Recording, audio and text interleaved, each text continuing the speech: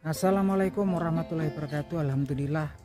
Selamat sore para sedulur-sedulur yang saya cintai. Para sedulur, seperti biasa di sore hari ini jelang petang saya lagi nongkrong di samping rumah ya teman-teman. Bulan samping rumah ini saya nanam berbagai macam sayuran.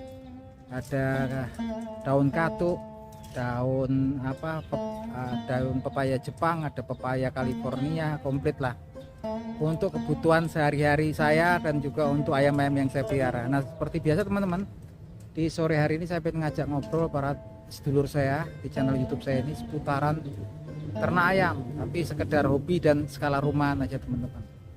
Jadi sekedar melihara untuk hobi lah, 1-2 ekor di rumah. Nah teman-teman, saat ini kalau kita ternak ayam, salah satunya yang nggak terelakkan adalah pastinya adalah jual beli teman-teman.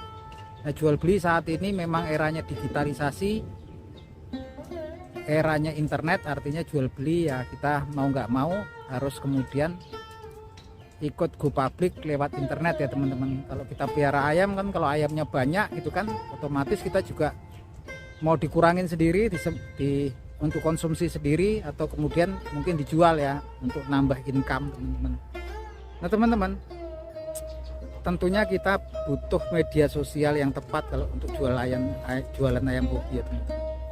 Nah kalau di YouTube, ada di YouTube, bisa di Facebook ataupun di Telegram. Yang utamanya kalau yang pertama saya sebutin kayak di YouTube ataupun di Facebook, kadang-kadang kita kesal ya teman-teman, seringkali kita ketemu orang yang sebetulnya cuma iseng aja tanya-tanya tapi kita nggak tahu juntrungannya kemana gitu kan. Mungkin nggak mau beli, iseng aja gitu kan, tapi ya banyak yang kayak gitu kan, WA lah, mau minta nomor WA, mau minta nomor telepon, minta apalah, ya udah. Tapi saya sendiri juga nggak pernah ngeladenin gitu kan yang via YouTube. Kalau YouTube ini sekedar sharing, sekedar untuk ngobrol-ngobrol gitu kan, itu aja. Tapi kalau untuk jual beli saya pikir nggak begitu cocok ya, YouTube ataupun Facebook tuh kurang ya gitu kan. Nah yang paling tepat lah di Telegram. Kenapa? Karena kalau pembeli yang betul-betul pembeli, real pembeli, dia yang betul-betul memang yang betul-betul pembeli, dia pasti yang ditanya itu nggak banyak gitu kan. Mas jenisnya apa? Paling itu kan. Apakah jenisnya koi, BK ataukah ngon gitu kan. Paling kemudian dia lihat, paling nanya size-nya BB-nya berapa mas gitu. Setelah BB-nya berapa, lihat videonya. Nah utamanya yang kayak gitu kan memang bisanya kemudian di Telegram ya. Kalau di YouTube sama di Facebook nggak bisa. Di Facebook kita bisa kena pelanggaran komunitas kalau dilaporkan sama orang gitu kan. Kalau di YouTube nggak usah dilaporin juga udah diselesaikan sama algoritma YouTube gitu kan. Artinya kita harus tahu di mana kita bisa menempatkan kemudian video-video kita gitu kan. Yang paling memungkinkan adalah salah satunya cuma di Telegram. Nah rata-rata kalau pembeli yang realistis itu ya di Telegram. Makanya kalau kemudian banyak teman-teman yang nanya saya di YouTube ataupun di Facebook gitu, saya bukannya ngapa-apa, nggak saya begitu saya respon gitu kan. Karena memang kadang-kadang memang teman-teman juga nggak bisa salahin kita yang bikin apa konten di YouTube ya. Dan karena memang kebanyakan banyaknya cuma iseng gitu kan, saya nggak ngerti gitu kan. Terus untungnya apa gitu kan.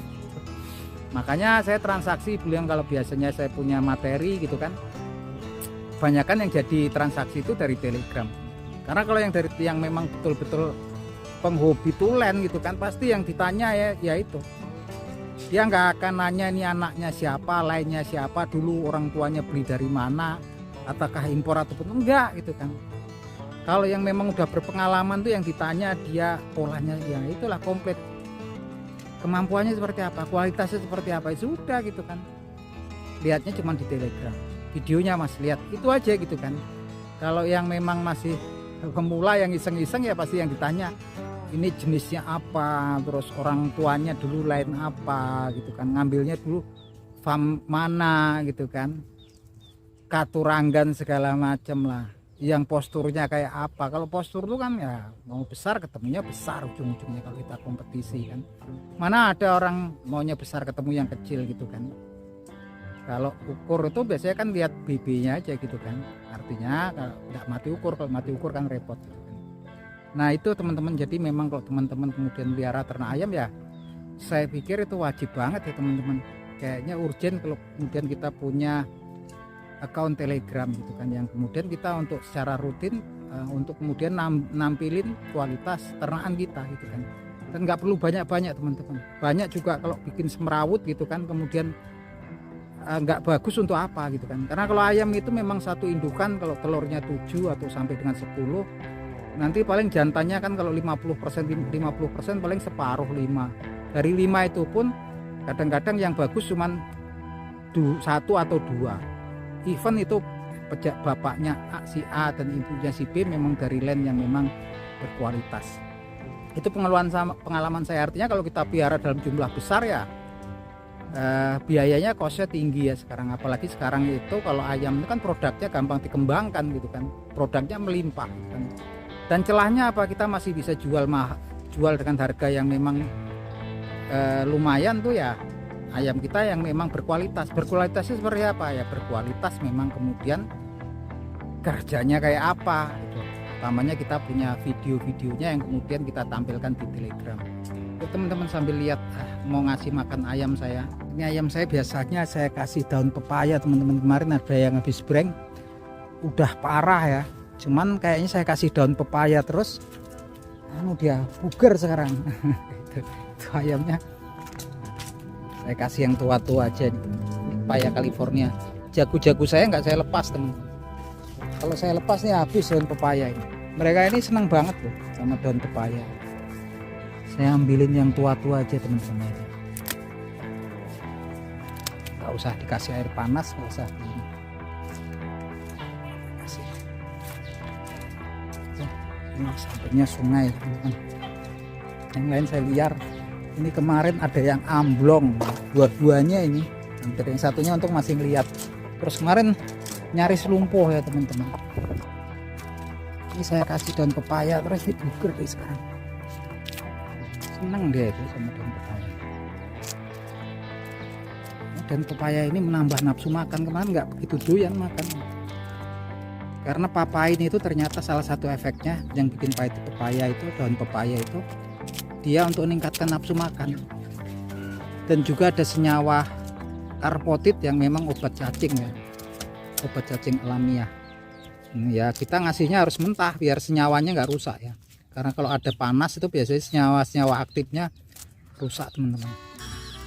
Ini buger sekarang, saya nggak ngerti apa ini, parah ini, luar biasa kayaknya daun pepaya ini teman-teman.